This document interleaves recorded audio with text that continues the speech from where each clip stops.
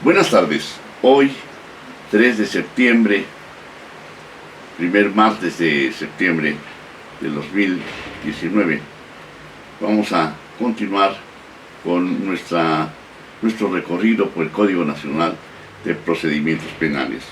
Hoy revisaremos los artículos 315 y 316.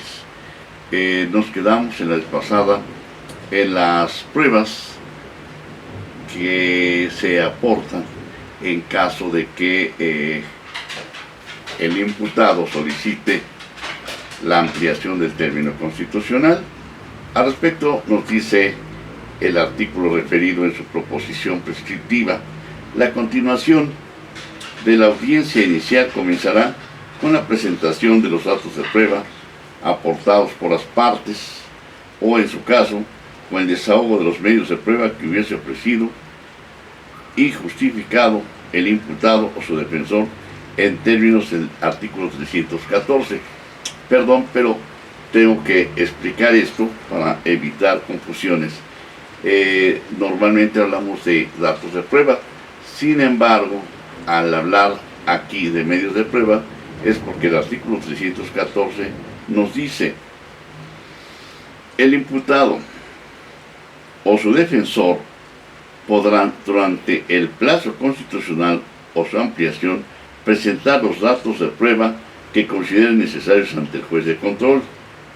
Pero dice aparte, exclusivamente en el caso de delitos que ameriten imposición de la medida cautelar de prisión preventiva oficiosa, es decir, estaríamos hablando en caso de delitos graves, u otra personal, dice el código, de conformidad con lo previsto en este código, el juez de control podrá admitir el desahogo de medios de prueba ofrecidos por el imputado o su defensor cuando al inicio de la audiencia o su continuación justifique que ello resulta pertinente.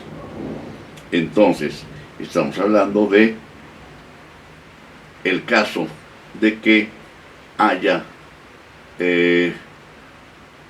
una medida cautelar de prisión preventiva oficiosa. Continúo.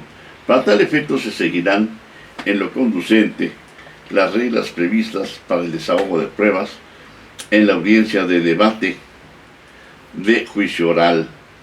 Desahogada la prueba, si hubo, se le concederá la palabra en primer término al Ministerio Público, posteriormente al asesor jurídico de la víctima y luego al imputado.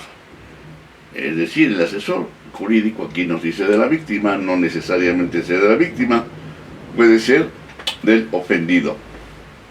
Recordemos que la víctima es quien resiente directamente el daño o la puesta en peligro, y el ofendido es quien resiente indirectamente. Ejemplo, en un homicidio, ¿quién es la víctima? El occiso. ¿Quién es el ofendido? Pues puede ser él o la cónyuge supérstite o los padres en su caso. Bien, continuamos. Posteriormente, decíamos, puede ser y luego el imputado. Agotado el debate, el juez resolverá sobre la vinculación o no del imputado a proceso. En los extremos, o en los casos de extrema complejidad, el juez de control podrá decretar un receso que no podrá exceder de 2 horas antes de resolver sobre la situación jurídica del imputado. Nótese que aquí se habla de manera correcta de la situación jurídica del imputado y ya no se habla de la vinculación a proceso como se dice en la proposición prescriptiva precedente. 3.16. En el artículo 3.16 nos vamos a encontrar las siguientes proposiciones.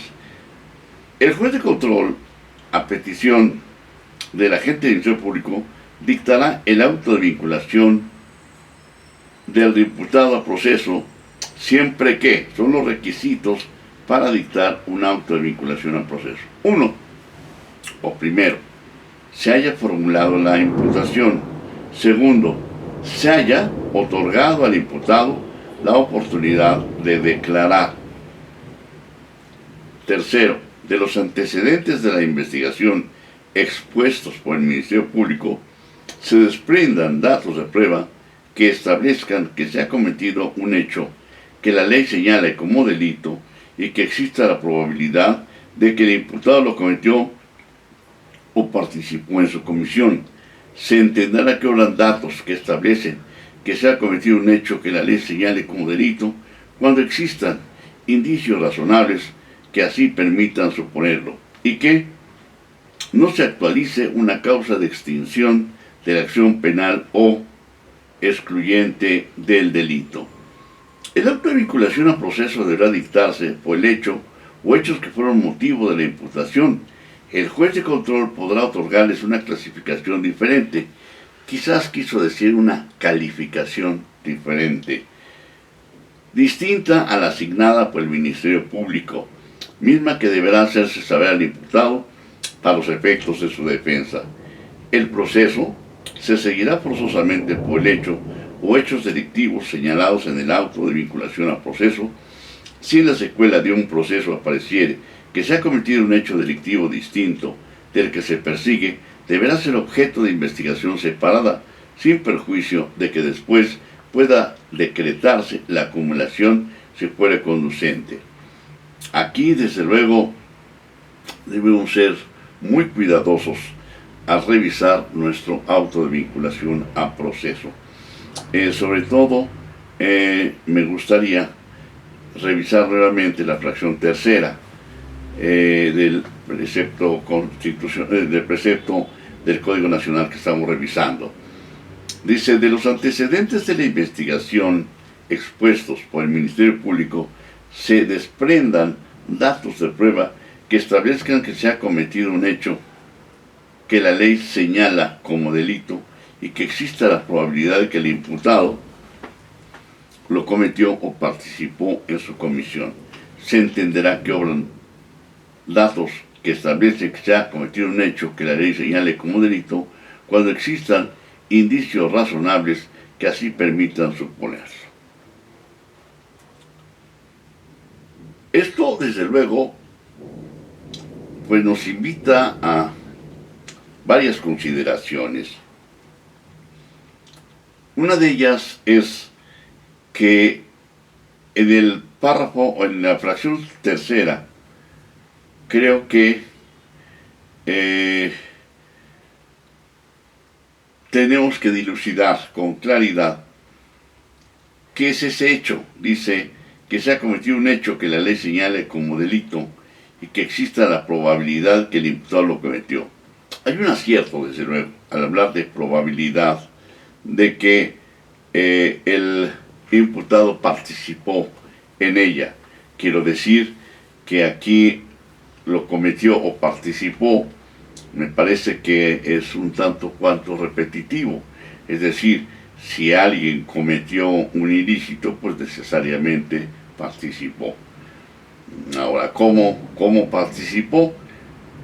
Ya sea como autor intelectual, como autor material, como cómplice, etc. Es decir, aquí desafortunadamente nuestro legislador, pues no solamente de ahora, sino desde 1917, desconoce lo que es, desde el punto de vista lógico, lo que es un género y lo que es una especie, y hace una confusión aquí, pero que repite dicha confusión en la reforma que se hace, y que pues lamentablemente la reforma que se hace tanto en el 16 como en el 19 constitucional, y lamentablemente el Código Nacional de Procedimientos Penales insiste en esta terrible confusión.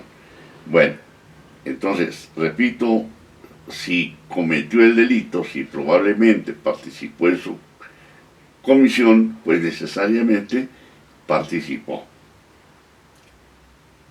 siendo el género la participación y una de las especies es cómo participo.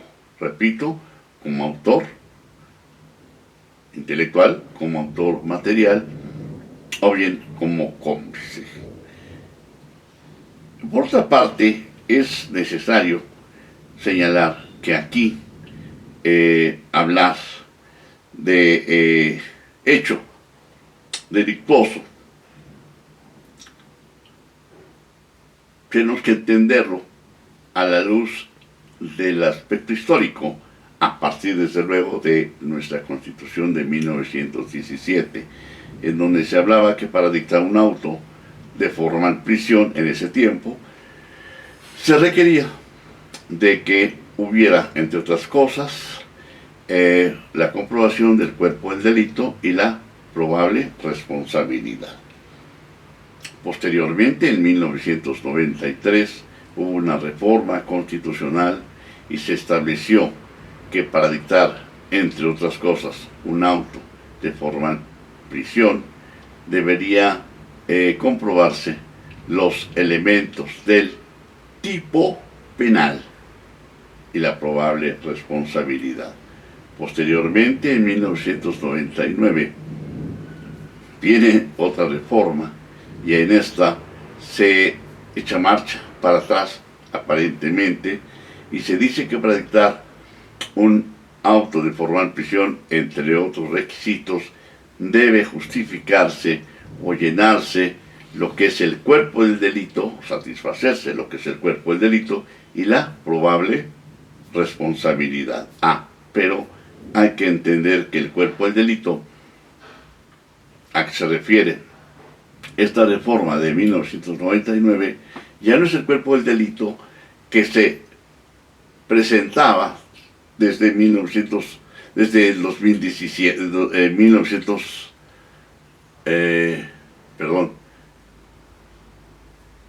es el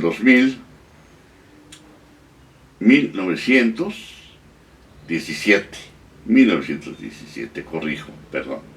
Entonces, el tipo penal de 1917, que no era tipo penal, sino cuerpo del delito, era ni más ni menos que el que representaba los elementos materiales del delito. Con eso era suficiente para que se dictara un auto de formal prisión. Ahora, en 1999, el cuerpo del delito debería justificarse con elementos objetivos, subjetivos y normativos. 2008.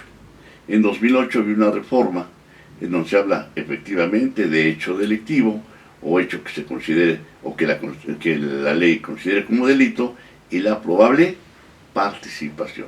Se corrige ese error que vino arrastrándose desde 1917 y en 2008 se corrige la probable responsabilidad a probable participación, lo cual es un gran acierto porque la responsabilidad es un término o una institución eminentemente civilista y significa un deber jurídico, es decir, no puede haber la probabilidad de una probable, o más bien una probabilidad de responsabilidad. En cambio, sí puede haber una probabilidad de participación. Entonces, en este caso, mi propuesta, mi sugerencia, mi hipótesis, podríamos decir, va en el sentido de que para dictar un auto de vinculación a proceso, que ahora se llama vinculación a proceso, ya no auto de formal prisión, es necesario acreditar los elementos del tipo penal. ¿Sí? Hecho delictuoso para mí es igual a tipo penal y la probable participación. Eso desde luego es algo que debe entenderse cabalmente a la luz también del artículo 1 constitucional, es decir, que hay un principio que nos permite entender que las nuevas normas deben mejorar y no empeorar. Y para finalizar, dejo simplemente puesta la mesa en el sentido de revisar con mayor amplitud para la próxima sesión la proposición prescriptiva contenida en el último párrafo de este artículo 316, el cual a la letra dice: el proceso se seguirá forzosamente por el hecho o hechos delictivos señalados en el auto de vinculación a proceso. En la secuela dice: si en la secuela de un proceso apareciera que se ha cometido un hecho delictivo distinto del que se persigue, deberá ser objeto de investigación separada, sin perjuicio de que después pueda decretarse la acumulación si fuere conducente. Esto lo veremos, repito, en la próxima sesión, en la próxima cápsula, en donde veremos que esta redacción es muy poco afortunada, pero eso no es el problema, sino que es violatoria de derechos humanos. Y por hoy les agradezco mucho su atención y que tengan una magnífica semana. Muchas gracias.